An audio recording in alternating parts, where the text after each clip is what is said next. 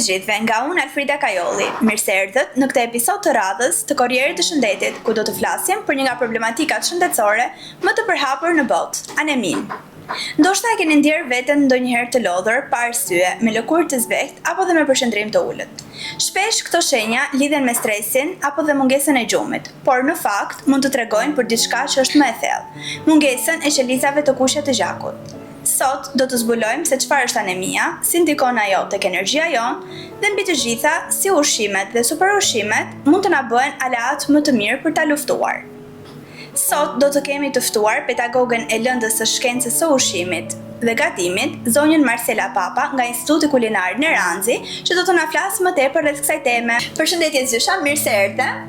Mirë se u gjeta, është kënaqësi që të vish përsëri në podcastin tuaj dhe të flasësh për një temë kaq të rëndësishme sa që është ajo e anemisë. Siç thatë dhe ju pak më parë, anemia është një ndër ato sëmundje që ka kapur me mira vetë në botë sot dhe që është problematike, mbasi sot trendi është duke konsumuar produkte të përpunuara. Dhe kjo e ka bërë që numri i personave të cilët vuajnë nga anemia të shtohet gjithmonë dhe më shumë. Në fakt, anemia, siç e tha dhe ju, është mungesa e ruazave të kuqe të gjakut.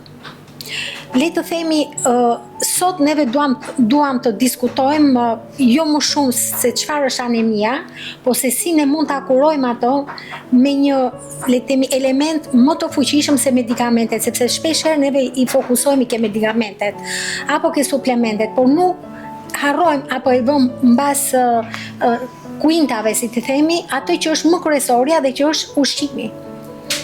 Por dhe ushqimin e duhet dim çfarë të zgjedhim, pra duhet të tregojmë të zgjuar në mënyrën se si e përzgjedhim atë. Çfarë ne mbajmë në frigoriferët tanë, çfarë ne vëmë në atë pjatën tonë, ajo pjata jonë është ilaçi më i mirë apo dhe armiku jonë më i madh. Çfarë ne vendosim në atë pjatë, aty vendoset dhe shëndeti, jeta jonë dhe cilësia e kësaj jete. Kështu që sot unë do dëshiroja së pari të flisja pak se çfarë është anemia. Anemia është mungesa e ruazave të kuqe të gjakut, që janë qeliza në formë pezzash dhe që kanë një funksion për furnizimin me oksigjen të qelizave dhe indeve të organizmit tonë. Ato e marrin nga mushkrit, e çojnë në porinde dhe marrin dioksidin e karbonit dhe kalojnë përsëri në mushkri. Ruazat e kuqe të gjakut, siç thonë në rëndom, në të përditshmën tonë, apo qelizat e kuqe të gjakut, ndryshe quhen eritrocite. Dhe ato në brendësi të tyre kanë dhe një element proteinik që quhet hemoglobina e gjakut. Hemoglobina e gjakut ka si funksion ta përthithë oksigjenin dhe ta çojë nëpër qeliza, ndërkohë që si thua në mënyrë figurative ne mund ta quajmë që ruazat e kuqe të gjakut janë shoferi që e drejton, ndërsa hemoglobina është ai transportuesi që e merr oksigjenin nga mushkëria, e çon në qeliza dhe ndërkohë merr dioksidin e karbonit dhe e kthen përsëri mbrapsht në mushkëri. Në fakt, anemia shkaktohet si mungesë e hekurit, e vitaminës B12, e acidit folik ose dhe folateve ose vitamina B9, njëkohësisht edhe nga infeksionet apo inflamacionet e ndryshme. Simptomat më le të themi karakteristike të anemisë janë zbeja e lëkurës, pafuqia, përgjumja, mospërqendrimi, rënja e flokëve, por dhe thonjtë e brisht.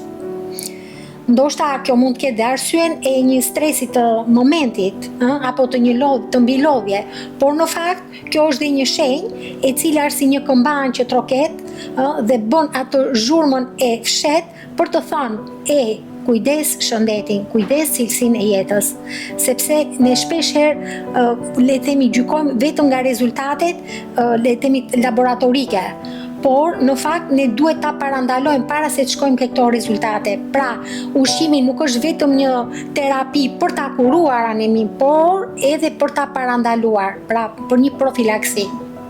Unë doja të dija përse ushqimi ka rëndësi dhe çfarë ushqimesh mund të na rekomandoni ju për ta parandaluar këtë sëmundje, por gjithashtu edhe për ta kuruar për të gjithë ata persona që janë të prekur nga kjo sëmundje. Po, Frida, një pyetje shumë e rëndësishme dhe realisht interesante për të gjithë ata ndjekësit tanë që nuk janë pak në fakt, janë shumë. Unë do të dëshiroja fillimisht të thoshja që vitaminat dhe lëndët minerale nuk krijohen nga trupi, por ato merren nga ushqimet.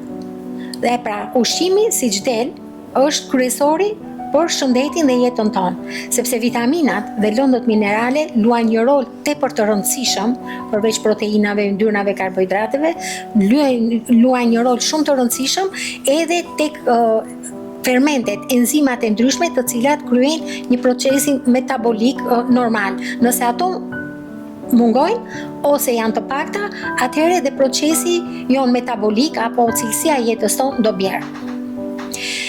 Unë do dëshiroja që sot përmendja disa ushqime dhe të çmitizonim që vetëm mishi është ai që kuron anemin apo është parandalues e anemisë. Ai është njëra anë medalje, si thua, është njëri produkt, por ka me dhjetra produkte të tjera të cilat parandalojnë ose njëkohësisht rrisin cilësinë e jetës tonë dhe eliminojnë ose kurojnë anemin.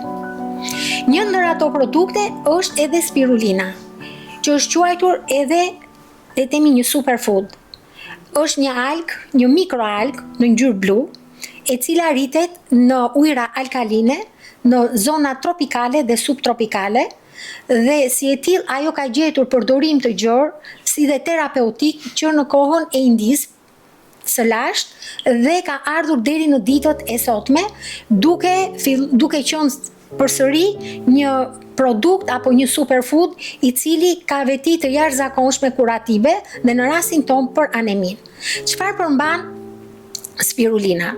Spirulina përmban hekur, përmban vitaminën B12, përmban proteina, të cilat janë proteina aminoacide esenciale. Çfarë do thot aminoacide esenciale për të gjithë ata që na dëgjojnë? Janë proteina të cilat nuk sintetizohen ose nuk prodhohen nga organizmi jon, por ato merren të gatshme nga ushqimet. Dhe një produkt që është i pasur dhe që është i rrallës, si le të themi, është kjo algë kaq e mrekullueshme që quhet spirulin. Pra, nëse ne dëshirojmë ta përdorim spirulinën, ne mund ta përdorim në formë kapsule, por mund ta përdorim me një lugë çaj në smoothie të ndryshme, duke e kombinuar dhe me produkte të tjera, gjë të cilën unë e kam përgatitur për të bërë një smoothie për ta treguar të gjithë, le të themi, ndjekësve apo dëgjuesve tanë. Përveç spirulinës, do doja t'i këshilloja dhe moringa. Pra, spirulinën e kemi këtu, me këtë lloj paketimi, por kemi dhe moringën.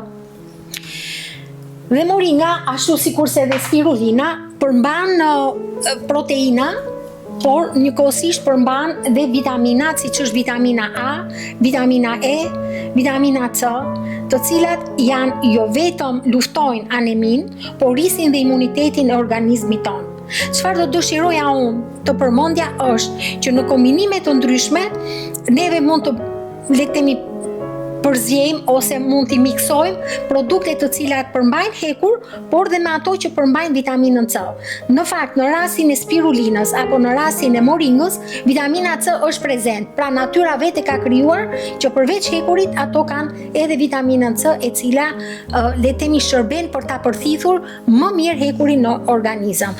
Sepse ne kemi hekur hem, që do të thotë që është i përthithshëm lehtë nga organizmi jon dhe që realisht ai është më shumë gjendet tek produktet shtazore, por kemi dhe jo hem që duket ke produktet bimore, që ndodhet ke produktet bimore që ka nevojë për më shumë vitaminë C në përzierjen e vet, në mënyrë që të përthithet më shumë nga organizmi jon. Përveç moringës, siç thash, që është një bimë tropikale dhe subtropikale, që është kultivuar prej mijëra vitesh, kemi dhe disa bimë të tjera të cilat nganjëherë neve i neglizhojmë. Për shembull, trëndafili i egër, vërtet nuk ka hekur, por ka vitaminën C, e cila ndikon në rritjen e përthithjes së hekurit në gjak, rrit imunitetin e organizmit, ndikon në rigjenerimin e plagëve, ndikon në rikuperimin e enëve të gjakut. Pra, ne vërtet flasim për anemi, por anemia është një sëmundje e cila është e lidhur ngushësisht me gjithë mbarvajtjen e organizmit tonë. Përveç kësaj kemi dhe frutat e thata. Frutat e thata si arrat bajame, të cilat përmbajnë hekur, por përmbajnë dhe acide yndyrore, omega 3 dhe omega 6, që janë shumë të mira për mirë funksionimin e trurit. Njëkohësisht do dëshiroja të përmendja dhe frutat e ngrira siç janë boronicat, lule shtrydhe dhe manaferat, të cilat përmbajnë vitaminën C, që është dhe një antioksidant i fuqishëm, por përveç kësaj përmbajnë edhe antociane, flavonoide, të cilat janë antioksidant të shkëlqyer për organizmin duke e ruajtur dhe i rritur imunitetin atij. Gjithashtu do këshilloja të përdornin sa më shumë legume, siç janë për shembull bathët, qishrat, fasulet, e zeza sidomos, që kanë dhe më shumë vlera ushqyese, të cilat përveç se përmbajnë hekur, përmbajnë dhe proteina, por përmbajnë dhe fibra të tretshme që ndikojnë në mirë funksionimin e metabolizmit të organizmit tonë.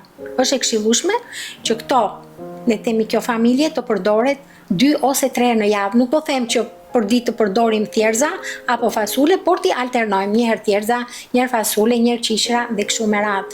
Dhe mund të thoshja, si thua gjej rastin për të thonë që ku më mirë dhe më cilësore dhe më të freskëta ne mund t'i gjejmë se sa në dyqanet dhe Ranzi Organic Market, të cilat ndodhen në të gjithë vendin tonë dhe më gjerë, por njëkohësisht dhe në paketime të ndryshme që janë të ruajtura brenda standardeve të freskëta, ashtu sikurse ne dëshirojmë që t'i marrim edhe t'i përdorim me vlerat e tyre absolute. Kemi dhe farat e susamit dhe farat e kungullit, të cilat mund t'i shikojmë dhe këtu, i kemi me paketime të ndryshme dhe të cilat kanë hekur, zink dhe kalcium. Dhe si që shikojmë dhe nga përborja e tyre, ato ndikojnë jo vetëm në pasurimin e ruazave të kuqe me hekur, por gjithashtu zinku dhe kalciumi ndikon edhe në forcimin e organizmit të kockës apo dhe të proceseve të tjera metabolike që rrisin imunitetin e organizmit tonë.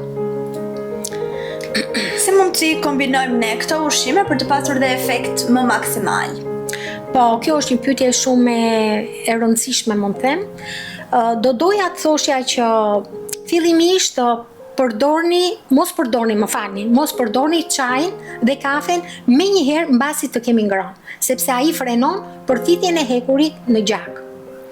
Gjithashtu do ju këshilloja të përdorni sa më shumë çaj me trëndafil të egër, mbasi ai përmban vitaminën C dhe bën të mundur që përthitja e hekurit në gjak të jetë më e lartë. Gjithashtu spirulinën apo moringën mund ta përdorni edhe në smoothie. Nga një lugë çaj, jo më shumë, mund ta përdorin duke e përzier edhe me fruta të tjera si fruta thata, si rrushi i thatë, apo kajsia e thatë, apo lule shtrydhe, apo boronica, të cilat kanë vitaminë C dhe mundsojnë përthitjen e hekurit më shumë në gjak. Përdorini të gjitha këto produkte dhe do të shikoni që jo vetëm që anemia nuk do të trokasi në shëndetin tuaj, por ju do jeni me energji të plot dhe do të keni një cilësi jete të jashtëzakonshme. Faleminderit Gjysha që si gjithmonë ndan informacione kaq të vlefshme me ne. Kënaqësia është dhe imja. Faleminderit për ftesën. Edhe besoj se do shikohemi përsëri me tema të rëndësishme për të gjithë ndjekësit tanë. Për t'ju ardhur në ndihmë ju të gjithëve që po na ndiqni sot, ne ju kemi sjellë një recetë smoothie e cila ka vlera shumë të larta ushqimore. Do na demonstrojë Zysh Marcela Papa. Përshëndetje, ndodhemi këtu në kuzhinën e familjes dhe tani do përgatisim një smoothie me këta përbërës: moringa, rrushi i thatë, banane, bajame, ginger pak për shije dhe njëkohësisht dhe një gotë me qumësht bajame. Le t'i marrim dhe t'i hedhim me radhë. Kemi marrë një lugë çaji me moringa.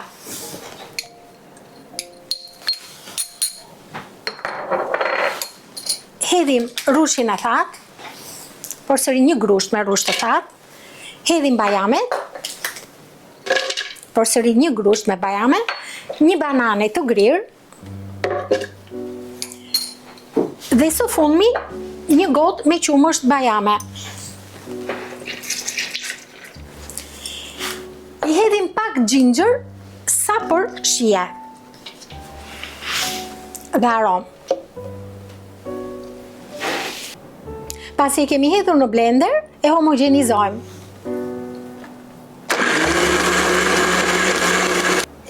Pasi e homogenizuam, e hedhim në gotë.